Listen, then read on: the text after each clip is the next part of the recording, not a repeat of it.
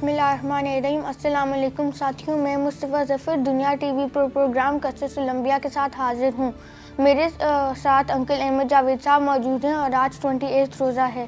السلام علیکم. وعلیکم السلام. آپ کیسے ہیں؟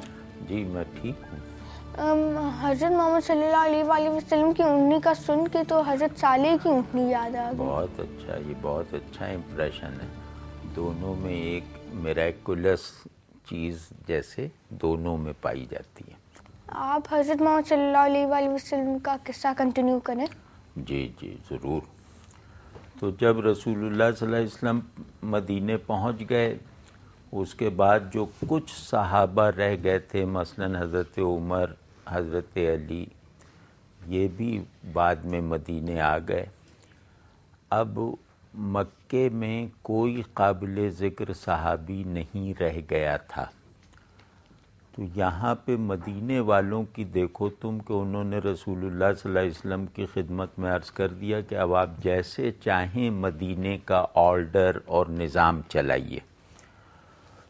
تو آپ صلی اللہ علیہ وسلم نے پہلے یہ فرمایا کہ جو لوگ مکے سے ہجرت کر کے آئے ہیں, انہیں گھروں کی ضرورت ہے, انہیں روزگار کی ضرورت ہے, انہیں زندگی گزارنے کے لیے مختلف چیزوں کی ضرورت ہے, تو تم لوگ اس کے لیے کیا کر سکتے ہو. تو انصار کہلاتے تھے مدینے کے مسلمان. انصار کا مطلب ہوتا ہے مددگار, ہیلپرز. تو انصار نے عرض کیا کہ جو آپ حکم فرمائیں. تو آپ صلی اللہ علیہ وسلم نے انسانی تاریخ میں پہلی مرتبہ ایک سوشل کانٹریکٹ کروایا. مجھے امید ہے کہ سوشل کانٹریکٹ کا مطلب تم لوگ مجھ سے بعد میں پوچھ لو گے. اس میں یہ فرمایا کہ ہر انصاری ایک قریشی کو, یعنی مکے سے آنے والے کو اپنا بھائی بنائے. تو انصار نے کہا کہ ہماری اس سے بڑھ کے خوش نصیبی کیا ہوگی کہ آپ کے ساتھی, آپ کے خادم ہمارے بھائی بنے. تو آپ صلی اللہ علیہ وسلم نے مختلف لوگوں کو, ایک مدینے کا ایک مکے کا لے کے مختلف لوگوں کو آپس میں بھائی بھائی بنا دیا. اور اس کو کہتے ہیں مواخات, بردرہڈ. ٹھیک ہے نا. تو سب کو آپس میں بھائی بھائی بنا دیا. اور انصار نے ایسی قربانی کا مظاہرہ کیا کہ دنیا کی تاریخ میں ایسی قربانی کسی قوم نے نہیں دی ہوگی. انہوں نے اپنی زمینیں, اپنے گھر, اپنے مال اور دولت کو آدھا آدھا کر دیا, اور آدھا حصہ مکے سے آنے والے بھائی کو دے دیا اور آدھا خود رکھ لیا. دنیا کی تاریخ میں نہ یہ کبھی پہلے ہوا تھا اور نہ امید ہے کہ آئندہ کبھی ہو سکے. تو یہ کرنے کے بعد مدینے اور مکے والوں کو آپس میں اس طرح سے بھائی بھائی بنانے کے بعد آپ صلی اللہ علیہ وسلم نے مدینے کے نظام کو ایک اسٹیٹ, ایک ملک کی طرح چلانا شروع کیا. اور اس دوران میں آپ کو بڑے بڑے چیلنجز پیش آئے. مثال کے طور پہ اندر کا چیلنج بہت بڑا تھا. مدینے میں یہودی بہت تھے اور بہت طاقتور تھے, اور مدینے میں 2 قبیلے تھے, وہ بہت طاقتور تھے. اور مدینے میں منافقوں کا ایک بڑا گروہ تھا جو ظاہر تو کرتا تھا کہ ہم مسلمان ہیں, لیکن دل میں ایمان نہیں تھا. وہ لوگ آپس میں مل کے سازشیں کرتے تھے اور مکے والوں کو کے لیے جاسوسی کرتے تھے. انہیں اطلاع دیتے تھے کہ آج یہ ہوا, کل یہ ہوا تھا.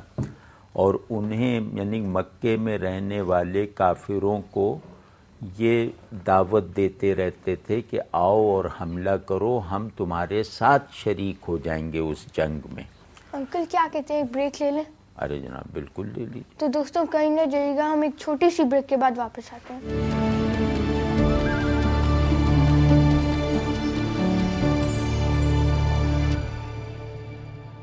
ویلکم بیک دوستوں. جی انکل جیسے آپ کہہ رہے تھے.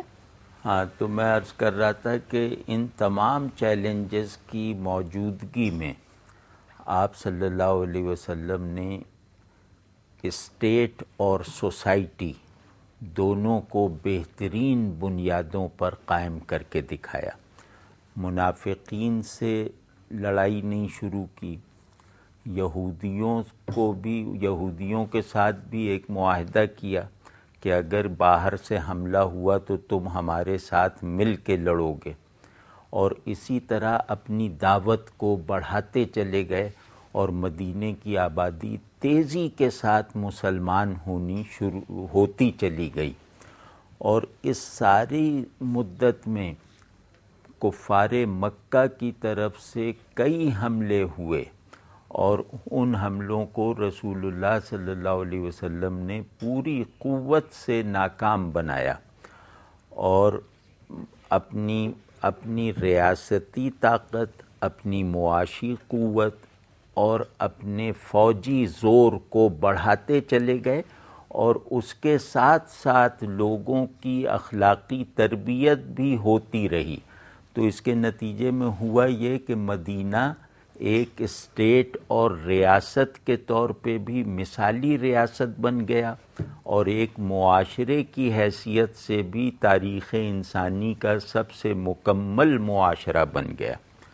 تو اس کے بعد جب آپ صلی اللہ علیہ وسلم نے یہ سارا نظام جو ہے وہ عمل میں لا کے دکھا دیا، تو پھر یہ خیال آیا یا اللہ کی طرف سے حکم ہوا ہوگا کہ اب مکے پر آخری حملہ کرنا ہے اور مکے کو فتح کرنا ہے، خانہ کعبہ کو کفار کے قبضے سے نکالنا ہے.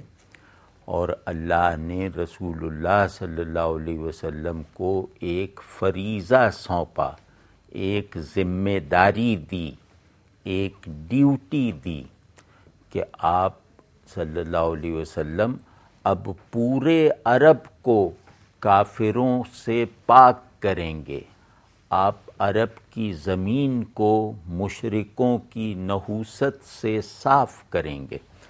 تو جب یہ منصوبہ اللہ تعالیٰ کی طرف سے آپ کو ملا تو پھر آپ صلی اللہ علیہ وسلم نے مکے کو فتح کرنے کی تیاری شروع کر دی.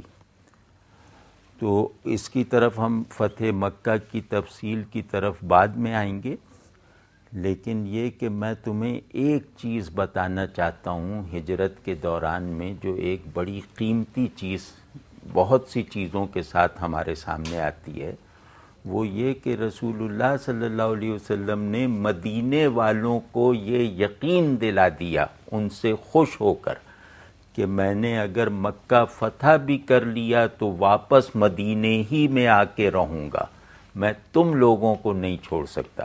بلکہ ایک جنگ میں مال غنیمت، یعنی جنگ میں جو چیزیں فتح ہوتی ہیں نا، وہ مجاہدوں میں بانٹی جاتی ہیں. تو اس تقسیم پر انصار کے کچھ لوگوں کو ذرا سا غم ہوا کہ ہمیں اس مال میں سے حصہ نہیں ملا، دوسروں کو مل گیا. تو آپ صلی اللہ علیہ وسلم کو جیسے ہی یہ احساس ہوا کہ کچھ مدینے والوں کو یہ افسوس ہے، تو آپ صلی اللہ علیہ وسلم سب کے سامنے کھڑے ہوئے اور فرمایا کہ اے انصار، اے مدینے والو، کیا تمہیں یہ پسند نہیں ہے کہ دنیا کا مال و دولت یہ لوگ لے جائیں اور تم یہاں سے اللہ کے رسول کو لے جاؤ؟ یعنی تم اس بات پہ خوش نہیں ہو کہ تمہارے پاس اللہ کا رسول ہے، دوسروں کے پاس صرف دنیا کی معمولی چیزیں ہیں. تو انصار ایک دم سر تسلیم خم کر کے کھڑے ہو گئے اور کہا کہ یا رسول اللہ صلی اللہ علیہ وسلم، آپ سے بڑھ کر کوئی دولت عرش سے فرش تک نہیں ہو سکتی. ہم اس پہ نہ صرف راضی ہیں بلکہ ہمیں اس پہ فخر ہے کہ آپ ہمارے ہیں. انکل ایک بریک لے لیں؟ بالکل جناب، بالکل. تو دوستوں کہیں نہ جائے گا، ہم ایک چھوٹی سی بریک کے بعد واپس آتے ہیں.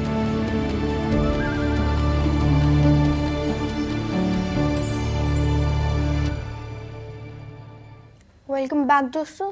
جی انکل، کیا کہتے ہیں کہ ہم سوالوں والا سیشن شروع کر دیں؟ بالکل کر دیں جناب. ہجرت کہاں کی جاتی ہے؟ بیٹا اس کی ترتیب یہ ہے کہ ہجرت کیوں کی جاتی ہے اور کہاں کی جاتی ہے، پورا سوال ایسا ہوتا ہے۔ تو ہجرت کا مطلب ہوتا ہے اپنا وطن چھوڑنا۔ تو مسلمان اپنا وطن اس وقت چھوڑتا ہے جب کافر لوگ اس پر ظلم کر رہے ہوں، اور جس علاقے میں اپنے دین پر عمل اور اپنی جان کی حفاظت مشکل ہو جائے وہاں سے ہجرت کی جاتی ہے، اور ان علاقوں کی طرف کی جاتی ہے جہاں دین پر عمل آسان ہو اور اپنی جان و مال اور عزت کو کوئی خطرہ نہ ہو۔ تو مختصر جواب یہ ہے کہ کافروں کے ملک سے مسلمانوں کے ملک کی طرف ہجرت کی جاتی ہے۔ منافق کسے کہتے ہیں؟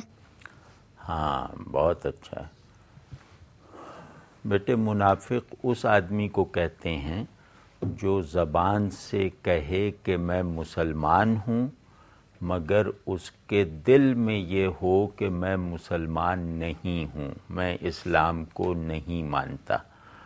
تو وہ جھوٹ بول رہا ہو کہ میں مسلمان ہوں، جبکہ نہ اس کا ذہن مسلمان ہو، نہ اس کے دل میں اسلام کی کوئی جگہ ہو، اس آدمی کو منافق کہتے ہیں۔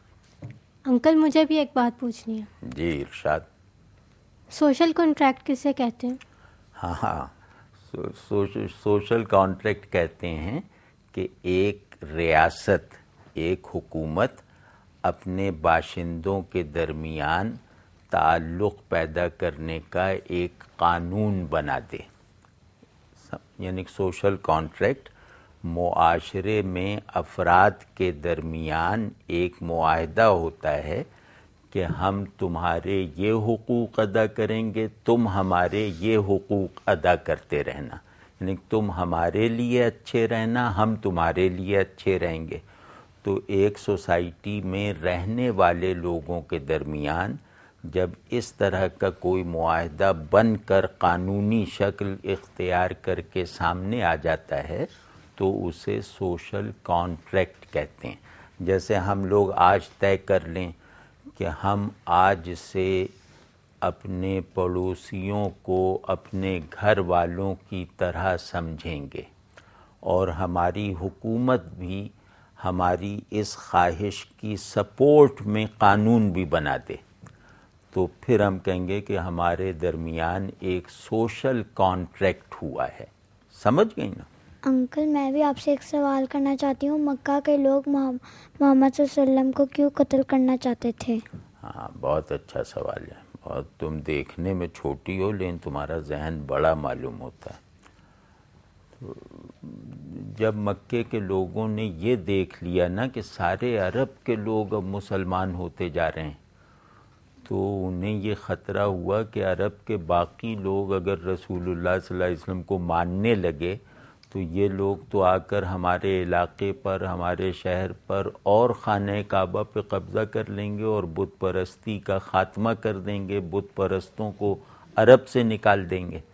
تو اس ڈر کی وجہ سے انہوں نے یہ فیصلہ کیا کہ اس سے پہلے کہ رسول اللہ صلی اللہ علیہ وسلم کو اتنی طاقت حاصل ہو جائے کہ وہ پورے عرب پہ حکومت کرنے لگیں، ہم انہیں نعوذ باللہ قتل کر دیتے ہیں تاکہ یہ خطرہ ٹل جائے۔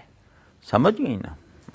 انکل آپ کو بہت بہت شکریہ۔ ہمارے پروگرام کا وقت ختم ہو رہا ہے، اور دوستوں ہم حضرت محمد صلی اللہ علیہ وآلہ وسلم کا یہی قصہ جاری رکھیں گے۔ تب تک کے لیے اللہ حافظ۔